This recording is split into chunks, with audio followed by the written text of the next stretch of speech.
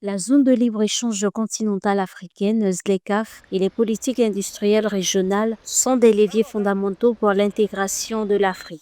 La ZLECAf a pour objectif de libéraliser le commerce entre les nations africaines, tandis que les politiques industrielles régionales sont axées sur l'établissement de chaînes de valeur et le renforcement de la compétitivité du continent. En étant coordonnées, ces deux stratégies sont un puissant moteur de croissance économique, d'industrialisation, de création d'emplois et d'attraction des investisseurs, contribuant ainsi à la réduction de la pauvreté.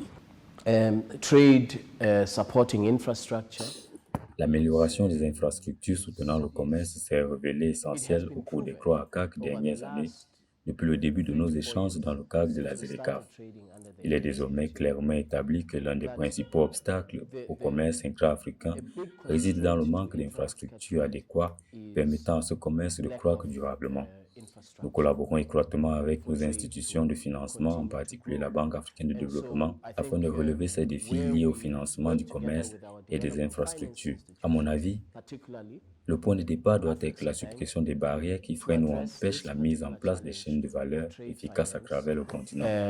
And also of financing infrastructure. L'Afrique ambitionne de réussir sa transformation industrielle pour réduire sa dépendance aux industries extractives. Le secteur manufacturier, 13% du PIB en 2023, pourrait atteindre 13% d'ici 2043, ajoutant jusqu'à 168 milliards de dollars au PIB grâce à des réformes et politiques ciblées. Selon un rapport d'Afreximbank de mars 2025, les échanges commerciaux intra-africains ont atteint 208 milliards de dollars en 2024, soit une croissance de 7,7% par rapport à 2023. L'Afrique australe est le moteur de ces échanges avec 58,1 milliards de dollars, suivi de l'Afrique de l'Ouest, 52,8 milliards, l'Afrique de l'Est 46,8 milliards, l'Afrique du Nord 31 milliards et l'Afrique centrale 19,4 milliards de dollars.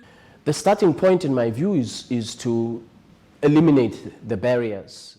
Une fois les chaînes de valeur établies, la question suivante est de savoir comment s'étendre vers de nouveaux marchés. Cela passe notamment par la réduction des barrières commerciales, l'élimination des droits de douane et la facilitation des échanges entre les pays africains.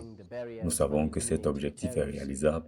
Nous en avons eu la preuve immédiatement après la pandémie du Covid-19 avec la mise en place réussie d'une chaîne de valeur pour la production de vaccins en Afrique. After COVID-19, on the establishment of a vaccine value chain for the continent of Africa. La progression notable du commerce intra-régional observée au cours de 2024 trouve sa justification première dans l'accélération et la consolidation de la mise en œuvre de la zone de libre-échange continentale ZLECAf. Ce mécanisme conçu pour démanteler les barrières tarifaires et non tarifaires commence à produire des effets tangibles, favorisant une intensification des échanges de biens et de services entre les nations africaines. Together as the continent. One of them is pharmaceuticals.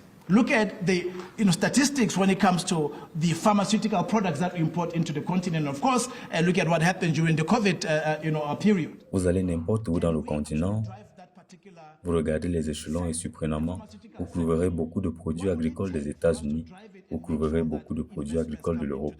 Et la question est, en termes d'agro-processing, qu'est-ce que nous ne faisons pas de la bonne façon? You go to any place in the continent, you look at the shelves, and surprisingly, you'll find a lot of agricultural products from the US. You'll find a lot of agricultural products from Europe. And the question is, in terms of agro-processing, what is it that we're not doing right?